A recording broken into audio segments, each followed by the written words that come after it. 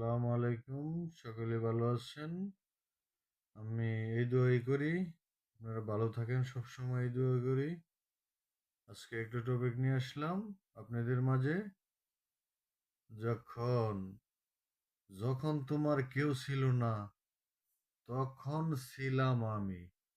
এখন তোমার সব হয়েছি, পর হয়েছি আমি। কেন এখন পর হয়েছি কেন? তোমারে অর্থ দিলাম, ইজ্জত দিলাম, মান দিলাম, কুলমান দিলাম, সব দিলাম। এখন কেন পর হইছি? বাইরে সব দিছি একটা মানুষে, সব। এই মানুষ, একটা মানুষের যা প্রয়োজন তা দিছি। দেওয়ার পরে এই মানুষটায় যত দেই ততই কই আরো দেও, আরো লাগবে, আরো জিনিস লাগবে। কিন্তু এরপরে মানুষটা দিতে দিতে দিতে দিতে অক্লাস্তন আহ, আহ, পরিশ্রম করে, কামাই করে, যারা মানুষ দেয় একজন মানুষকে ভালো রাখার জন্য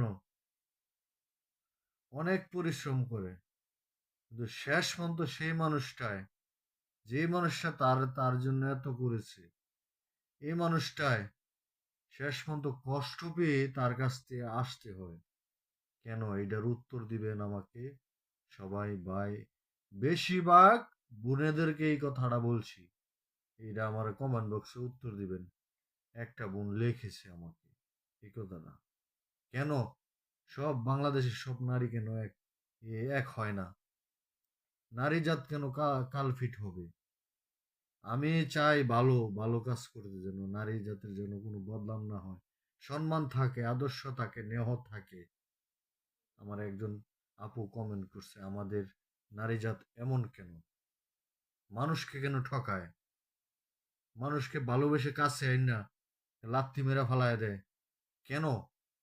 এটার উত্তর দিবেন কমেন্ট বক্সে। সবাই দোয়া করবেন, ভালো থাকবেন। সবাই যার যার ভালো মানুষটাকে ভালো রাখবেন। মানুষ যেন ভালো চলতে পারে। যেই মানুষটা আপনাকে সব করে, এই মানুষটা ভালো রাখার চেষ্টা করবেন। সকলের উদ্দেশ্যে ভিডিওটা বানানি। ভালো থাকবেন, সুস্থ থাকবেন, আমার জন্য দোয়া করবেন। আমি যেন আপনাদের ভালো ভালো ভিডিও দিতে পারি, একটা আপু আমাকে বলছিল, তাই আমি ভিডিওটা বানাইলাম। সবাই দোয়া করবেন, ভালো থাকবেন, সুস্থ থাকবেন, আমার জন্য দোয়া করবেন, আমার ফ্যামিলির জন্য দোয়া করবেন, আপনাদের সব সব পরিবারের জন্য দোয়া করি, ফেসবুক সব পরিবারের জন্য দোয়া